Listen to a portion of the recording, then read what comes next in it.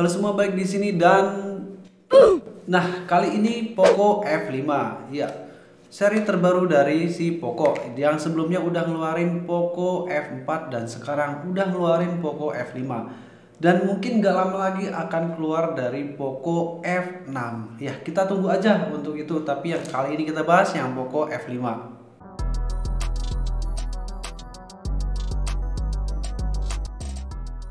Ya, inilah dia Poco F5 yang dibekali dengan chipset Snapdragon 7 Gen 2 dengan ukuran 7 nanometer.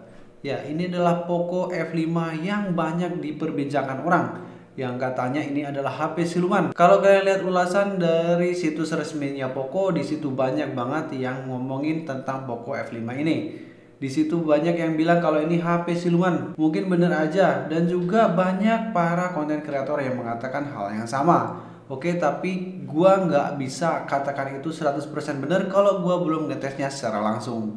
Dan sekarang udah di tangan gua Poco F5. Poco F5 ini terdiri dari dua varian. Ada yang RAM 8GB, internal storage 256GB, dan RAM 12GB dengan internal storage 256GB. Ya, internal storage-nya sama-sama 256GB. Dan untuk harga yang RAM 8GB ini di harga 4.999.000. Terus untuk yang 12GB RAM ini tersedia dengan harga 5.499.000. Semuanya kurang Rp1.000 aja, dan untuk jarak antara RAM 8 dan 12GB itu hanya terpaut kurang lebihnya 500 ribuan. Untuk varian warnanya ada 3 varian warna hitam, biru, dan warna putih. Dan yang gue pegang ini warna hitamnya. Secara build quality yang pertama gue pegang ini kerasanya agak aneh aja. Ini katanya HP yang flagship di harga mid-range. Bagian depannya layarnya AMOLED dan bagian belakangnya ini masih berbahan plastik. Terus framenya juga ini masih plastik. Dan sayang banget ini bagian belakangnya masih ninggalin sidik jari. Justru ini kelihatan banget, jadi gua saranin kalau kalian mau pakai Poco F5 ini harus pakai case-nya. Jangan sampai kalian hanya gunain secara telanjang bulat begini. Ini kelihatan banget sidik jarinya. Kalian pegang aja gini langsung ninggalin sidik jari. Layarnya ini dibekali dengan layar AMOLED HDR10 Plus dengan refresh rate hingga 120Hz. Kecerahan rendahnya di 500 nit dan kecerahan maksimalnya di 1000 nit. Ini lumayan menurut gua sangat cukup baik banget di harga 5 jutaan. Ini dapat AMOLED HDR10 Plus. Juga ini dapat sertifikasi Dolby Atmos untuk speakernya dan Dolby Vision untuk layarnya. Jadi kalian enak banget buat nonton Netflix maupun nonton YouTube. Ukuran layarnya 6,67 inci dan screen to body ratio yang mencapai 88,9%. Masih menyisakan poni, tapi ini hampir sama ya. Poninya ini tipis-tipis dan bagian kanan kirinya juga tipis banget. Ini kenapa begitu? Karena ini layarnya layar datar, jadi masih nyisain sedikit iris-iris bagian sampingnya. Layarnya ini dilindungi oleh Corning Gorilla Glass 5. Dari sektor kamera belakangnya ini 64 megapiksel dengan OIS. Kamera 8 megapiksel ultrawide dan kamera 2 megapiksel itu untuk makro kamera. Untuk hasil video dan fotonya kalian bisa nilai sendiri. Bagi gua hasil foto dan videonya ini masih sangat kurang. Ya, gua sih berharap untuk perekaman videonya bisa sampai di 4K 60 fps. Tapi sayang banget untuk di Poco F5 ini hanya mentok di 4K 30 fps. Dan dalam keadaan low light ini sangat menurut gua sangat banget mengecewakan. Kalian bisa lihat hasil foto dan videonya.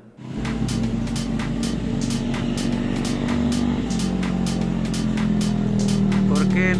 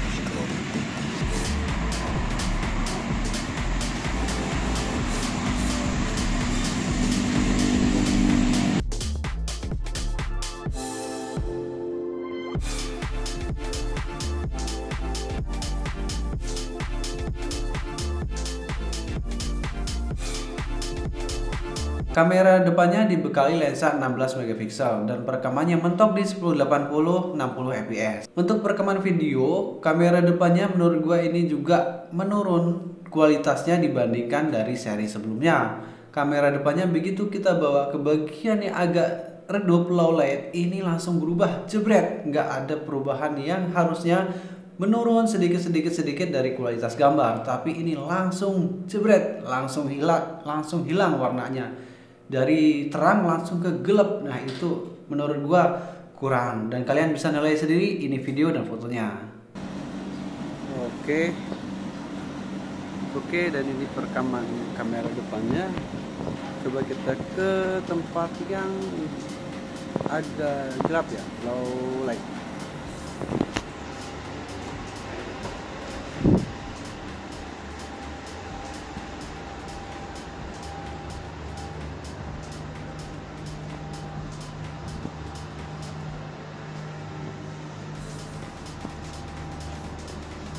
Secara spesifikasi, Poco F5 ini dibekali dengan prosesor Qualcomm Snapdragon 7 Gen 2 dengan dimensi 4 nanometer dan GPU-nya Adreno 725, mengusung Android 13 dan MIUI 14 untuk Poco.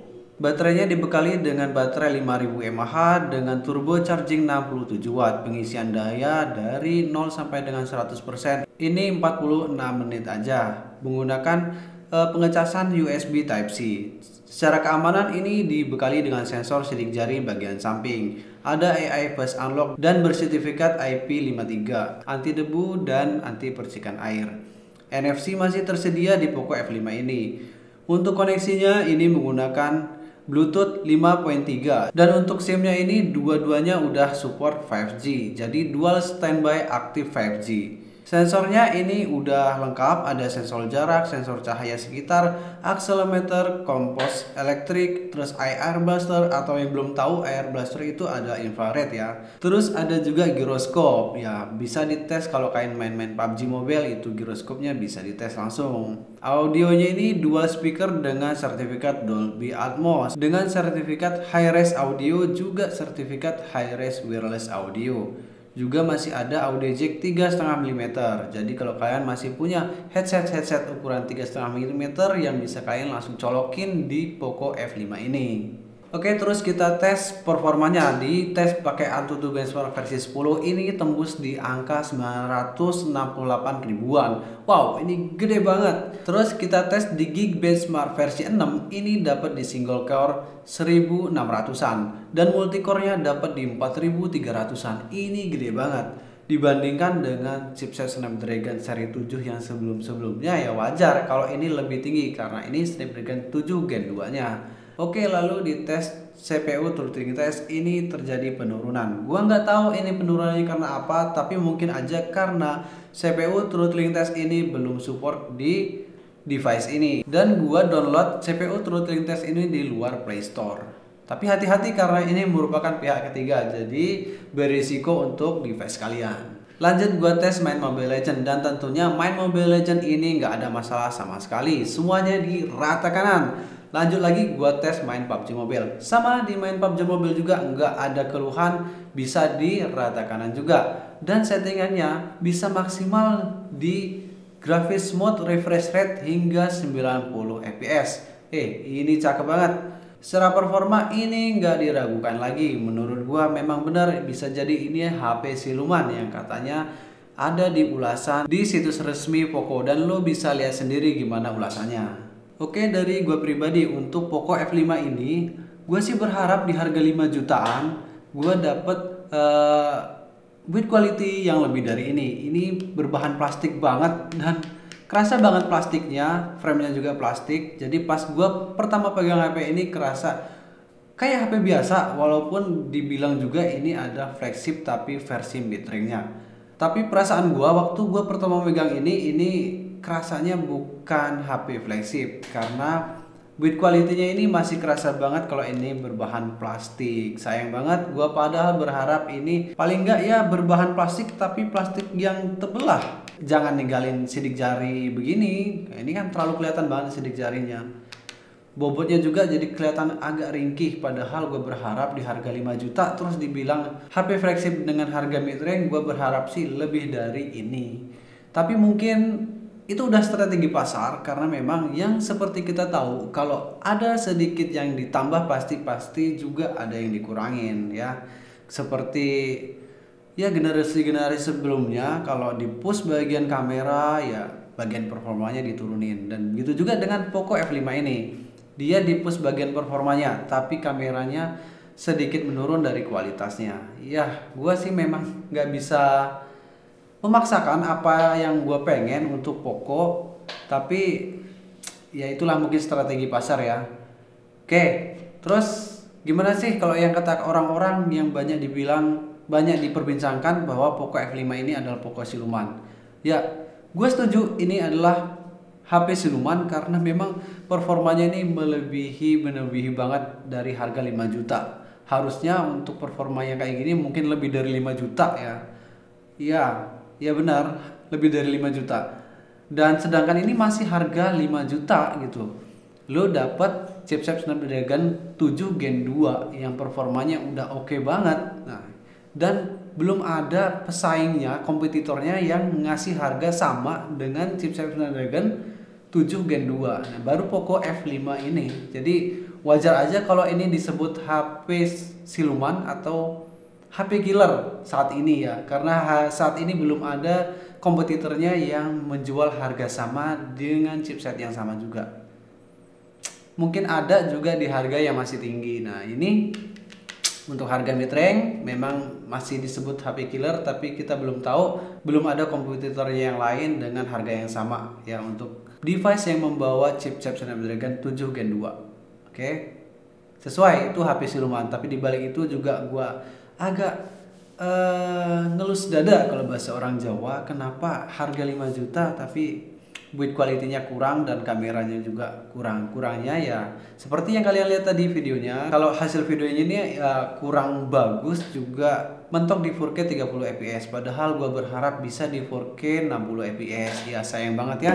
Kesimpulannya, untuk kalian yang nyari HP performa gaming, gak diragukan lagi, ini adalah salah satu yang sangat worth it buat kalian gunain saat ini. Ya, chipset Snapdragon 7 Gen 2 ini yang pertama, iya mungkin bukan yang pertama ya, tapi ini yang baru-baru menggunakan chipset Snapdragon 7 Gen 2 yaitu Poco F5 ini dengan harga yang bisa dibilang ini terjangkau banget di Indonesia ya. Terus gimana bang kalau gua nyari HP yang speknya lebih ke kamera? Iya, pilihan kalian nggak bisa ke Poco F5 ini. Ya, untuk kamera ini terjadi penurunan karena dia di push bagian performanya. Jadi kalau kalian mencari device untuk kebutuhan foto-foto, ya mungkin pilihan kalian bukan di Poco F5 ini. Ya sesuai ya, kalau ada yang nyebut ini HP-HP siluman dengan HP killer juga, ya memang benar, tapi untuk bagian performa gamingnya. Dan untuk kameranya nggak bisa gue sebut ini killer ya. Oke, mungkin cukup segitu aja review kita untuk Poco F5 dari DesID. Buat yang baru pertama mampir di channel DesID, jangan lupa support channel DesID dengan cara klik subscribe channel DesID. Jadi kalau kalian suka video ini silahkan klik like, dan kalau kalian ada saran dan kritik silahkan komen di kolom komentar. Oke, gue Agus dari channel DesID, sampai jumpa di video berikutnya.